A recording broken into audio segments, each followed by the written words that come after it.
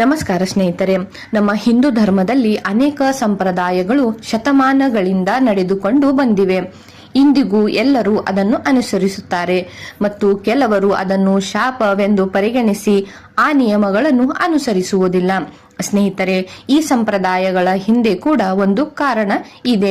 ಆದ್ದರಿಂದ ಕೆಲವು ಸಂಪ್ರದಾಯಗಳಿಗೆ ವಿಶೇಷ ಪ್ರಾಮುಖ್ಯತೆಯನ್ನು ನೀಡಲಾಗಿದೆ.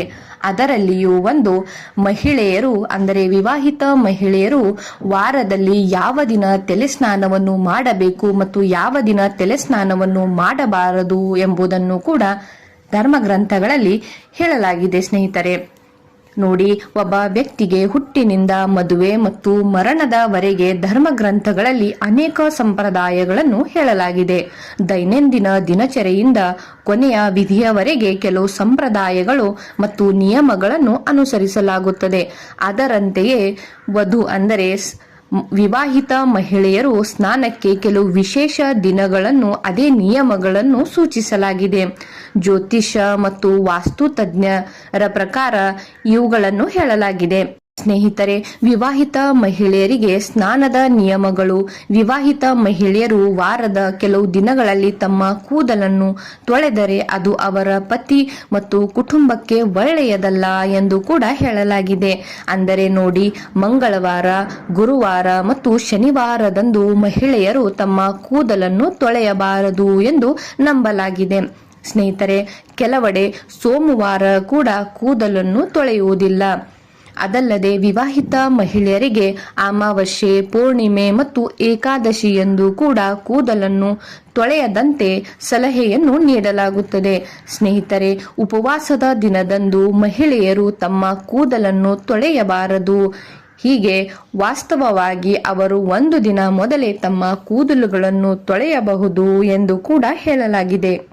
ಆದರೆ ಯಾವ ದಿನ ಮಹಿಳೆಯರು ತಮ್ಮ ಕೂದಲನ್ನು ತೊಳೆಯಬಾರದು ಅಂದರೆ ನೋಡಿ ಸ್ನೇಹಿತರೆ, ಇವಾಗ ಸೋಮವಾರ ನಮ್ಮ ಉಪವಾಸ ಇರುತ್ತದೆ. ಹೀಗಾಗಿ ನಾವು ಸೋಮವಾರದಂದು ಕಡ್ಡಾಯವಾಗಿ ಮಹಿಳೆಯರು ತಲೆ ಸ್ನಾನ ಮಾಡಿಯೇ ಉಪವಾಸವನ್ನು ಆಚರಿಸುತ್ತಾರೆ.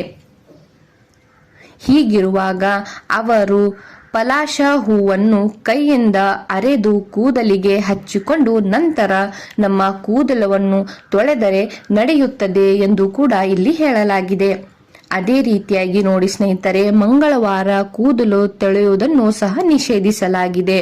ಆದರೆ ನೀವು ಮಂಗಳವಾರ ನಿಮ್ಮ ಕೂದಲನ್ನು ತೊಳೆಯಬೇಕು ಎಂದು ಆಸೆ ಪಟ್ಟಿದ್ದಲ್ಲಿ ನೀವು ಆಮ್ಲ ಪುಡಿಯನ್ನು ಪೇಸ್ಟ್ ಅನ್ನು ಹಚ್ಚಿಕೊಂಡು ತಮ್ಮ ತಲೆಯ ಕೂದಲನ್ನು ಸ್ನಾನ ಮಾಡಬಹುದು ಎಂದು ಕೂಡ ಇಲ್ಲಿ ಒಂದು ಸಲಹೆಯನ್ನು ನೀಡಲಾಗಿದೆ. ಅದೇ ರೀತಿಯಾಗಿ ಬುಧವಾರ ಯಾರು ತಲೆಯನ್ನು ತೊಳೆಯಬಾರದು ಎಂದಾದರೆ ನೋಡಿ, ಕಿರಿಯ ಸಹೋದರರಿರುವ ಮಹಿಳೆಯರು ಬುಧವಾರ ತಮ್ಮ ಕೂದಲನ್ನು ತೊಳೆಯಬಾರದು. ಏಕೆಂದರೆ ಬುಧನ ಅಧಿಪತಿ ಬುಧನು ಕಿರಿಯ ಸಹೋದರರ ಅಂಶವಾಗಿರುತ್ತಾನೆ. ಹೀಗಾಗಿ ಕಿರಿಯ ಸಹೋದರರು ಆ ದಿನ ತಮ್ಮ ಕೂದಲನ್ನು ತಪ್ಪಿಸ್ತಾರೆಂದು ಭಾವಿಸುತ್ತಾರೆ.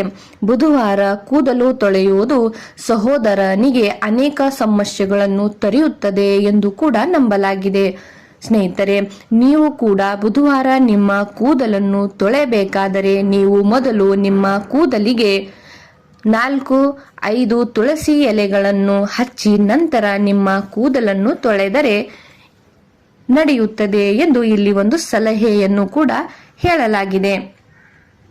ಅದೇ ರೀತಿಯಾಗಿ ಗುರುವಾರ ಕೂದಲು ತೊಳೆಯುವುದು ಗಂಡನ ವಯಸ್ಸನ್ನು ಕಡಿಮೆಯಾಗುತ್ತದೆ ಎನ್ನುವಂತಹ ನಂಬಿಕೆ ಇದೆ. ಸ್ನೇಹಿತರೆ, ಮಕ್ಕಳಿಗೆ ಸಂಬಂಧಿಸಿದ ಸಮಸ್ಯೆಗಳು ಉದ್ಭವಿಸುತ್ತವೆ ಎಂದು ಕೂಡ ಹೇಳಲಾಗಿದೆ. ಇದರೊಂದಿಗೆ ಹಲವು ರೀತಿಯ ಆರ್ಥಿಕ ಸಮಸ್ಯೆಗಳು ಎದುರಾಗುತ್ತವೆ. ಜ್ಯೋತಿಷ್ಯ ಶಾಸ್ತ್ರದ ಪ್ರಕಾರ ಸ್ತ್ರೀಯರು ಜಾತಕದಲ್ಲಿ ಪತಿ ಮತ್ತು ಮಕ್ಕಳ ಕಾರಕ ಗುರು. ಅಂತಹ ಪರಿಸ್ಥಿತಿಯಲ್ಲಿ ವಿವಾಹಿತ ಮಹಿಳೆಯರು ಇಂದು ಅಂದರೆ ಗುರುವಾರ ತಮ್ಮ ಕೂದಲನ್ನು ತೊಳೆಯಬಾರದು. ಏಕೆಂದರೆ ಅದು ಅವರ ಪತಿ ಮತ್ತು ಮಕ್ಕಳ ಮೇಲೆ ಪರಿಣಾಮವನ್ನು ಬೀರುತ್ತದೆ. ಅವರ ವಯಸ್ಸು ಕಡಿಮೆಯಾಗುತ್ತದೆ ಎಂದು ನಂಬಲಾಗಿದೆ. ಸ್ನೇಹಿತರೆ, ಅವರು ಆರ್ಥಿಕ ಬಿಕ್ಕಟ್ಟನ್ನು ಎದುರಿಸಬಹುದು. ಆದರೆ ನಿಮ್ಮ ಕೂದಲನ್ನು ತೊಳೆಯಬೇಕಾದರೆ ನೀವು ಗುರುವಾರದಂದು ಬೆಳೆ ಹಿಟ್ಟಿನಲ್ಲಿ ಸ್ವಲ್ಪ ಅರಸಿಣವನ್ನು ಸೇರಿಸಿ ಮತ್ತು ನಿಮ್ಮ ಕೂದಲನ್ನು ತೊಳೆಯಿರಿ. ನೀವು ಶನಿವಾರದಂದು ನಿಮ್ಮ ಕೂದಲನ್ನು ತೊಳೆಯುವುದನ್ನು ತಪ್ಪಿಸಬೇಕು.